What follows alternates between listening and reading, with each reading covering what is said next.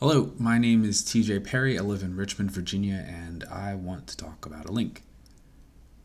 It's a link I've been doing for quite a few years, and after trying to dial it for a contest run for Huff Jam specifically, I got to thinking maybe discussing the way I work this out in my garage might help some people troubleshoot their own riding.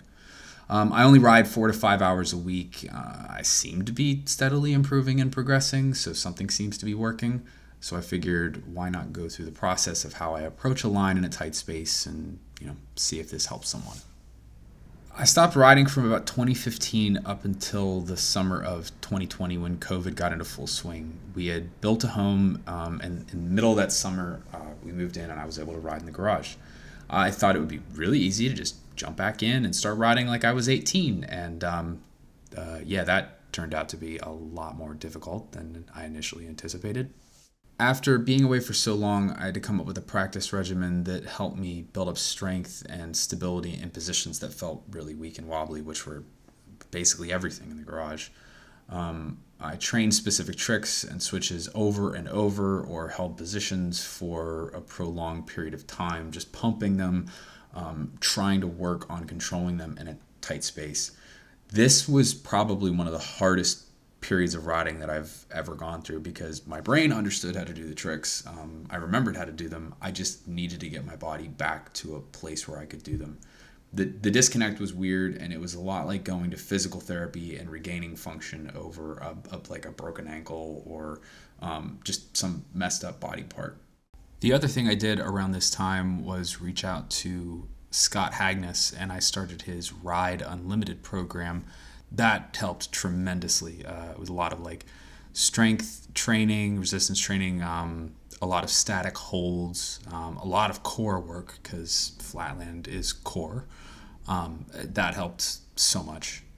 As a side note, I think this is a good time to point out that, and maybe it was just a revelation for me in the process of doing all this, was that when you're learning a new trick, part of what you're learning is like the actual balance point, but a really big part of it, especially for anything rolling, is building the strength to do the thing.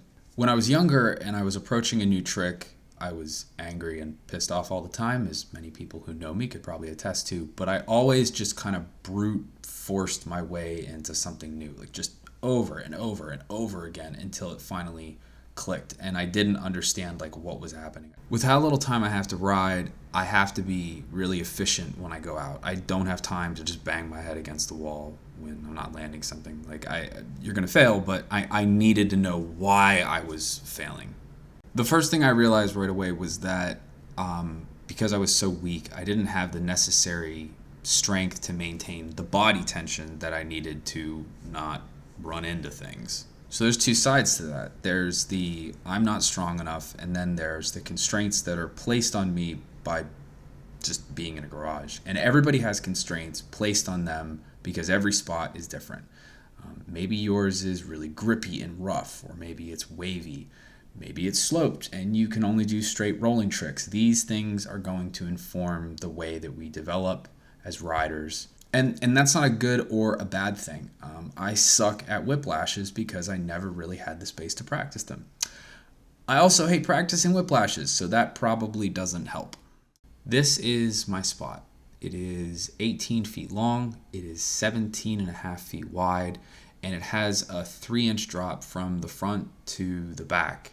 And this is so that if water gets in the garage, it can flow out. It's just building code. All right, so part of this video is going to be about the tricks, but a big part of it is going to be about the choreography and where I need to be in the garage at specific times in the link. So I start this the same way I do all of my links in the garage, going uphill and, more importantly, pointing away from the garage door. This whip actually took a lot more practice than I thought it was going to because I have to do it fast enough to get into the half-packer, but slow enough to not hit the recycling bin or the wall. This was the first time I ever pulled this link in the garage, and you can see how hesitant and unsteady I am because I'm afraid of hitting the wall, the recycling bin, the door, really everything around me because I didn't have the strength or the confidence yet. More importantly though, I didn't know where I needed to be at any given point during this link in order to pull it cleanly. Like you can see there, I almost hit the garage door because I didn't know where I needed to be to pull down in the tire to do the whip to land in the half packer and so on. And I'm sorry ahead of time for jumping around a bit. I'm just trying to give context for where I'm at with the link right now. The whip itself needs to be really forceful but smooth, and being aggressive with it actually helps quite a bit. And that was another tricky part of riding on a really smooth floor, because it feels better when you're aggressive and the momentum will carry you forward, but then you slide out and you run into things. My favorite place to do this trick was actually in my old parking lot because it was so grippy that you could just really force it. I also had the added benefit of a whole lot more room to run up on this on, so the angle that I can come at it can be more aggressive than it is in my garage. Once I'm actually in the half packer, I need to carry enough momentum forwards to go downhill to come back uphill so that I can pump for speed and then get going in a wide enough arc to set up for the next switch.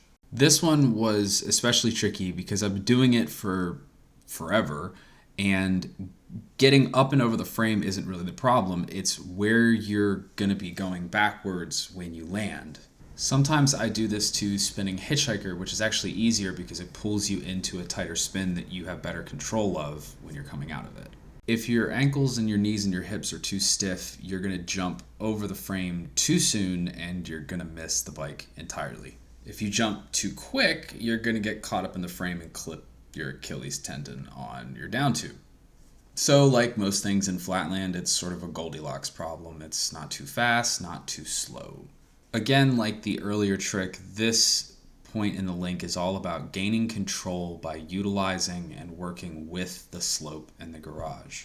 You can see here that even though the clips are about 2 years apart, I'm still hitting the same tricks at the same beat and the same place in the garage. Even when I jump through and I whip directly back into half packer, the way that I'm oriented in the garage is still the same. So this goes back to why I refer to this as choreography. I know where I need to be, and I need to be conscious about where I do the tricks and where in the garage I start and finish them. This part of the link gets really tricky for me because at this point I've done 2 really big switches and maintained really good body tension up until this point. And around this time is when I start getting tired and losing steam. What's really strange is that I don't have this problem with any other links that I do. It's just due to the fact that there are 3 really big switches kind of back to back in here in the garage, and it makes it very difficult to do anything after this link. What makes this trick in particular difficult is you kind of have to half squat in order to get out of the way of the bars and the frame and do the bar flip really quick. It has the lowest margin of error out of anything in the link, and it's a huge pain in the ass. When you land, you have to be kind of perpendicular to the slant so that you can, again, use that to your advantage to kind of keep your momentum by falling down into the slant and then pumping on your way up so that you can land it. The lead up also requires a pretty wide carve in order to have enough room to tighten up and then use the bar flip to spring you forward. You have to keep your core extremely tight and your hips loose to get out of the way, and when you do the flip you release it all at once, but it's hard to control sometimes, which is why I always end up in the middle of the garage by the time it's done. This is, again, by design because you can overshoot it, which can lead to very bad things. I just don't have a good clip to show. That's the link from start to finish. I hope that this maybe helped you think about your riding in a slightly different way.